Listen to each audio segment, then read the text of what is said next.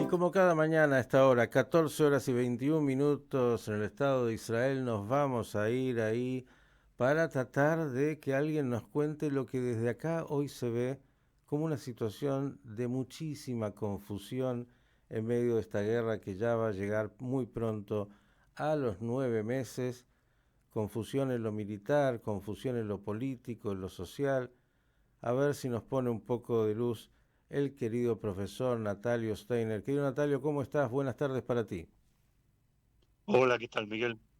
¿Cómo Mu- están? Buenos días. Y veo que está haciendo frío en Buenos Aires, ¿no? Por tu vestimenta, por lo menos. No, hoy justo tenemos un recreo por el día de hoy que va a llegar a una temperatura muy atípica. Ya mañana vuelven los fríos en serio. No, no, estamos casi, yo le diría hoy vestido primaveral, pero tenemos, claro, frío en serio en este invierno como corresponde. Ahí ya sé que hay mucho calor de todo tipo. A ver si nos cuentas entre, bueno, las noticias terribles todos los días de los soldados que caen en esta guerra y toda la incertidumbre, el frente sur, el frente norte y yo le diría también a usted el frente interno. Sí, y olvidarías quizá, Miguel, también el frente centro.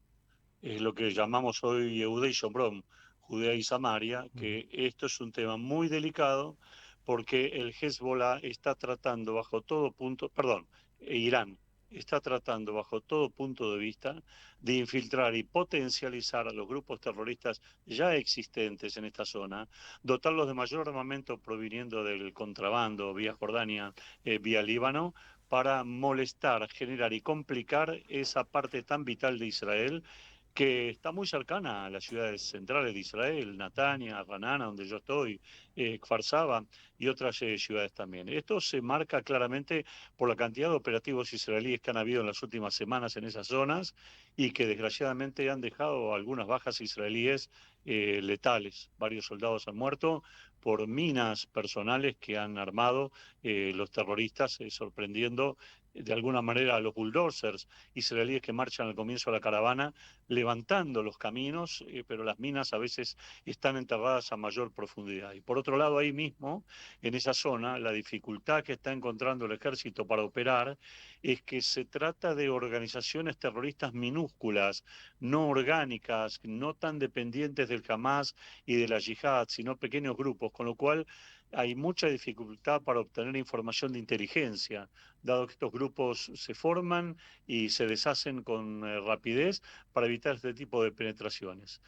Ahora sí, en el frente interno, por supuesto, existen no pocas convulsiones de una guerra que está entrando muy pronto a su noveno mes, como vos decís, y aquí hay varias cosas que se están planteando. La primera de ellas es si puede o no continuar el actual comandante en jefe liderando el ejército. Es decir, si se puede hacer una evaluación positiva de los resultados militares en el Frente Sur y en menor medida en el Frente Norte, donde si bien la guerra aún no estalló, pero hemos sido muy golpeados por el Hezbollah, como ya lo sabemos. Hay quienes piden literalmente la cabeza del jefe del ejército porque lo consideran responsable también de lo que pasó antes del 7 de octubre y por lo tanto consideran que a la luz de los resultados actuales no puede seguir estando dirigiendo el ejército. Pero, y ahí está el pero, el poder político lo sostiene porque entiende que si cae el jefe del ejército, después va a caer también el ministro de Defensa y esas caídas, entre comillas, van para arriba y van para abajo y pueden sacudir obviamente los sillones de mando de distintos tipos de conducciones políticas dentro de Israel. Y por lo tanto hay intención de que las cosas más o menos se mantengan y la guerra siga siendo liderada mejorando la estrategia en la medida de lo posible. Donde sí la situación se presenta con cierta definición relativa, lo vuelvo a decir, relativa, es en la Franja de Gaza. Desde un punto de vista operativo, el ejército está en condiciones de pasar a lo que se llama un operativo de ataque a burbujas. Es decir, la organización terrorista Hamas Islámica o Hamas no funciona ya como tal, sino funciona como células aisladas, escindidas, sin un don de mando central, porque ha sido cortada completamente por la ofensiva israelí. Sin embargo, desgraciadamente todavía la letalidad de estos grupos minúsculos operativos del Hamas y de la Yihad Islámica, en especial en estos días de la Yihad Islámica, han causado no pocos dolores de cabeza al ejército. De hecho, vos antes hablabas de bajas israelíes. Efectivamente, en la Franja de Gaza hemos visto en el día de hoy, lamentablemente en la madrugada, 2 soldados israelíes murieron en lo que se llama el eje de Netzarim, desde el kibutz Be'eri hasta el mar, una especie de camino que ha realizado Israel, pavimentándolo y dotándolo de fuerzas de seguridad y sensores para evitar el cruce de terroristas de un lado para el otro, y donde se trabaja intensamente para sellar los túneles que abastecen de la zona sur a la zona norte, y de esta manera cortar todos los circuitos que alimentan al Hamas desde el punto de vista logístico y militar. Lo que es la frontera con Egipto, el resultado es satisfactorio 100%, está completamente bloqueada, cerrada al paso de grupos terroristas.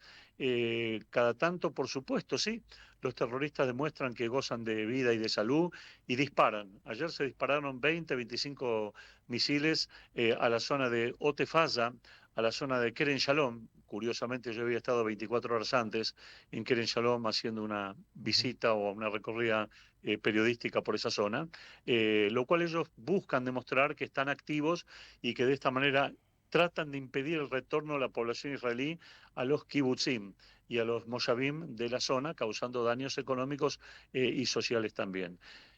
Hoy también se ha conocido un informe del diario New York Times, preocupante, por lo menos, teniendo en cuenta que el New York Times, si bien no es un diario muy simpatizante de los intereses israelíes, pero es un diario muy fidedigno en cuanto a la confiabilidad de sus fuentes informativas, donde da a conocer de que el ejército israelí o parte del ejército israelí está careciendo de repuestos para tanques de guerra, para topadoras, para jeeps de combates, para obuses de los tanques de guerra, y esto naturalmente despierta preocupación en los soldados, especialmente en los soldados que algunos ya han manifestado que están conduciendo dotaciones de tanques que tienen la mitad de carga de artillería que la que deben tener, y lo ven con bastante preocupación. Se ha consultado el vocero militar sobre esta situación y el vocero se limitó a decir, un poco elípticamente, yo diría bastante elípticamente, que Tzal va a conseguir todos los resultados militares previstos y los objetivos militares declarados desde el comienzo de la guerra, incluyendo la liberación de los 120 secuestrados que aún están en manos del Hamas islámico, y la desintegración del Hamas como fuerza operativa y la restauración de la seguridad a la zona de la Franja de Gaza. Esto es lo que tiene que ver con Gaza. Un dato más que aquí ha causado bastante sorpresa, también el día de hoy, se está tendiendo un cable eléctrico, una línea eléctrica que va desde Israel a el corazón de la Franja de Gaza para poner en forma operativa una planta de tratamiento de efluentes y purificación de agua. Esto causó naturalmente malestar porque si bien es cierto que hace falta quizá ayuda humanitaria o los civiles en Gaza necesitan tomar agua, pero esa misma agua también la toman los terroristas, los mismos terroristas que después disparan y matan o hieren a soldados israelíes. Por lo tanto, es una situación que no se tolera y se soporta como ya se la soportaba en otros momentos de la guerra. No hay espacio en la población civil para este tipo de actitudes y todo el mundo vuelve a apuntar a que el gobierno está siendo demasiado laxo con las fuertes presiones norteamericanas. Sabemos que es difícil decirle no a Estados Unidos, pero realmente estas no son condiciones propicias, buenas, lógicas, que ameriten absolutamente nada positivo, ni que hablar del escándalo que ayer ha generado la liberación del médico terrorista, director del hospital Shifa, donde unos, para decirlo en vulgar criollo, se está tirando la pelota contra el otro, que yo fui, que yo no fui, que quién dejó libre, que cómo se dejó libre, que la orden no era dejar libre ni a él, ni a otros 49 terroristas, y otros traen y dicen que en realidad hay una crisis de lugar en las cárceles israelíes para los terroristas y por lo tanto a los menos peligrosos se los libera y se los envía de vuelta a la Franja de Gaza u a otro lugar. Esto es incierto aún. La cuestión es que esto causó enorme malestar, porque desde el servicio de carcelario llamaron a alguna especie de rueda de prensa, donde mostraron que la celda o las celdas donde están los terroristas están adecuadamente conformadas, tienen sus camas, tienen sus habitáculos, su baño, su lugar para rezo, y no hay crisis de lugar. Y si no hay crisis de lugar, entonces ¿por qué entonces se dejó libre a este médico? Ahí ya empiezan las conjeturas que tienen que ver con los servicios de inteligencia y solo conjeturas. No puedo decir que esto sea un hecho verídico. La conjetura es que se lo dejó libre a cambio de haber suministrado información fehaciente, fidedigna y buena para la detención o la eliminación de terroristas palestinos en la Franja de Gaza.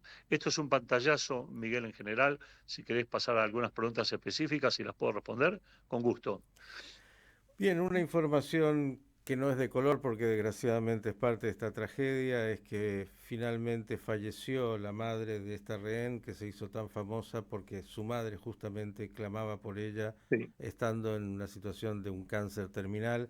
Me refiero a la madre de Noa Argamani y esto de alguna manera, bueno, ha sido también noticia dentro de esta tragedia. Y quisiera llevarte un minuto al frente norte, porque bueno, también ahí la incertidumbre es absoluta, ¿no? Muchas declaraciones y un intento de algunos de que eso no vaya a escalar a una guerra regional y signifique algo mucho más grave. Por otro lado, Israel, algunos anuncian fechas casi concretas de un inicio de una operación militar importante. ¿Qué nos dirías de ese juego de tirar del violín sin que se corte en la zona norte, es decir, con el Hezbollah que es el brazo armado de Irán en ese lugar?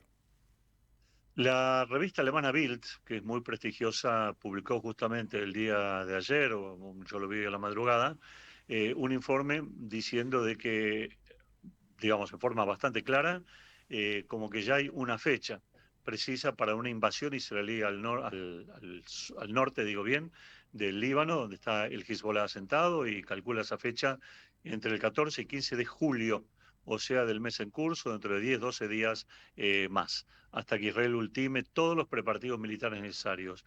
Quiero aclarar que en las rutas israelíes ahora es posible ver, sí, más asiduamente movilización de camiones, de trailers, llevando tanques de guerra, blindados, jeeps y todo tipo de objeto militar hacia el norte. Esto es mucho más visible también en la cantidad de soldados que van marchando justamente hacia el norte. Las voces aquí en Israel no indican una fecha, pero sí indican que el ejército israelí está preparado, absolutamente preparado para cualquier tipo de operación.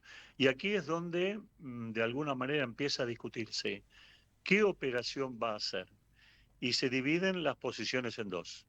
Hay quienes dicen más pragmáticamente que se trataría de un ataque militar israelí fulminante, muy duro, muy rápido, de semanas nada más, para establecer una franja de seguridad del lado del Líbano hasta el río Litani o un poco menos, un poco antes, y de esta manera poder permitir que aquellos refugiados judíos que estaban en el norte de Israel puedan volver a sus domicilios, algo que por el momento me permito dudar, dadas las actuales condiciones.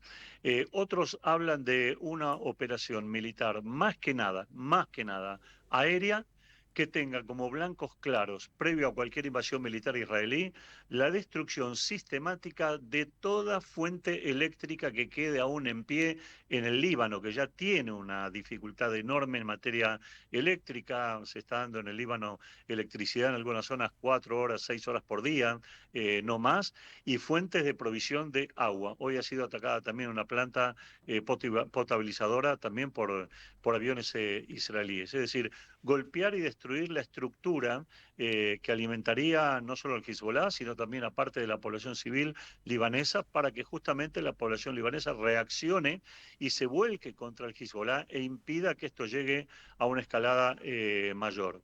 Por otro lado, resulta sí amenazador, y lo hemos escuchado en estos días varias veces, de varios voceros del gobierno iraní, donde Irán dijo que cualquier ataque israelí en profundidad o en magnitud en el Líbano va a venir acompañado de una intervención iraní de la dimensión que tenga que ser. Dejaron ahí picando el concepto y dijeron que están en condiciones de poder llevar a cabo un bombardeo más intenso aún que el que llevaron a cabo el 14 de abril, a Dios gracias y por la eficiencia tecnológica y por la ayuda también de los aliados, sin graves daños para Israel. Para todo esto, obviamente, hay que prepararse antes de empezar cualquier acción militar consistente, importante en el norte, que todos tienen claro que si se trata de una invasión civil, de una invasión militar terrestre a territorio lebanés, tiene que ser algo punitivo, rápido, estratégico, que golpee y que no permita que las tropas israelíes se asienten un largo tiempo en esa zona para incentivar una guerra de desgaste que Israel ya tiene en la frontera norte y que no necesita más. También se está haciendo una cuidadosa evaluación en todos estos días, ya de hace por lo menos 2 meses seguro, de el tipo de proyectiles que está arrojando todos los días Hezbollah hacia el norte de Israel. El calibre, el tipo de munición, el origen de la munición, la carga explosiva, el impacto, todo está siendo meticulosamente analizado. Desde comienzos de la guerra hasta ahora se han registrado, se han visibilizado cerca de 1.100 impactos de misiles en diversos lugares, incluyendo casas, infraestructuras militares, sin contar aquellos que llegaron a zonas vacías donde no hay población, donde no hay bases militares o ningún objetivo que el Hezbollah quiera llegar. En concreto, todos sabemos, todos lo creemos aquí, que Hezbollah es mucho más difícil que el Hamas islámico y que antes de cualquier entrada en un conflicto en el norte hay que sellar un acuerdo militar directo con Estados Unidos para neutralizar cualquier ataque iraní y hay también que avanzar en una definición mayor en la zona de Rafah y Nuseirat, que son las zonas que todavía domina el Hamas islámico, en Rafah no tanto, en la franja de Gaza, Miguel. Hoy veis, parte de guerra, Sí, día sí, 270. Querido, así es. querido Natalio, baste la salud, a conservarla y a conservar esa energía que no sé de dónde proviene, pero que tienes para estar permanentemente informándonos de todo, sobre todo de lo único casi que se habla desde hace justamente 270 días, que es esta terrible guerra que está sosteniendo el Estado de Israel. Abrazo grande y esperemos que pronto, aunque lo venimos diciendo hace demasiado, realmente aparezcan esas buenas noticias que estamos esperando. Abrazo grande. Así es, Miguel, gracias. Somos optimistas y esperamos que realmente pronto, más allá de la situación descripta, tengamos buenas noticias realmente para dar de Israel, porque realmente vale la pena. Vale la pena el país, vale la pena la sociedad, vale la pena todo, absolutamente todo lo que aquí sucede. Gracias, Miguel. El profesor Natalio Steiner, director de Comunidades Plus, informándonos hoy en Pensando las Noticias.